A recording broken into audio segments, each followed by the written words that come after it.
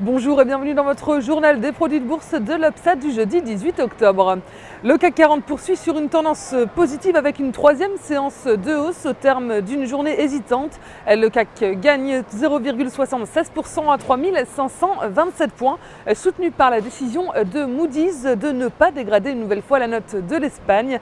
Une nouvelle qui rassure également les valeurs financières qui viennent soutenir l'indice parisien. Société Générale gagne 3,28%, l'assureur AXA 3,14%, BNP Paribas est à plus 2,60% et seul Crédit Agricole flanche de 2,68%.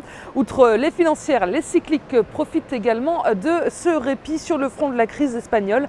ArcelorMittal gagne 5%, Peugeot 4 0,6% et Société Générale 3,28%. A noter également plusieurs publications trimestrielles de quelques poids lourds de la cote ont plombé la tendance et notamment Danone en baisse de 2,96% après avoir annoncé une croissance organique inférieure aux attentes.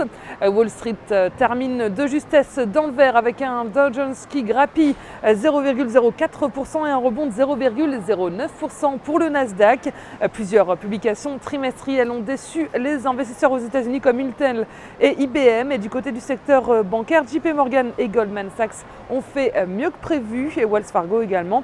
Sur le plan statistique, les mises en chantier de logements ont bondi de 15% aux États-Unis le mois dernier. Le nombre de permis de construire grimpe de 11,6%, leur meilleur score depuis juillet 2008. On attend aujourd'hui plusieurs publications d'entreprises avec Morgan Stanley, Nestlé et Nokia. Et plusieurs indicateurs économiques seront surveillés de près. Les chiffres du PIB chinois notamment ont été dévoilés la nuit dernière. Donc côté devise, l'euro est à un plus haut d'un mois à 1,3114. Les volumes sont stables sur le marché des produits de bourse avec 30,2 millions d'euros échangés dans une séance de hausse. Et si on regarde du côté de la répartition par type de produit, les certificats sont stables à 85% des échanges et les varants également à 15%. Concernant les transactions, les certificats représentent 74% des échanges et les varants 26%. La répartition par sous-jacent nous indique que les indices sont en baisse avec 56% du marché, tandis que les actions sont en hausse à 44%. La répartition des transactions sur les varants nous indique que les indices représentent 35% des échanges, les actions sont à 63%, le taux de change et les matières premières sont à 1%. La valeur du jour, c'est aujourd'hui le groupe de médias et télécoms Vivendi. Graphiquement, le titre s'extirpe d'une figure de continuation de tendance haussière. Et par ailleurs, les moyennes mobiles à 20 et 50 jours sont sur le point de croiser à la hausse, confirmant un retour de la dynamique acheteuse.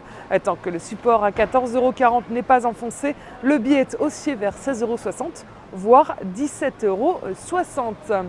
La stratégie qui vous est proposée pour jouer cette valeur, c'est l'achat du Warrant Call Vivendi à 2787 T d'Unicredit au prix d'exercice de 15 € et d'échéance au 1er mars 2013.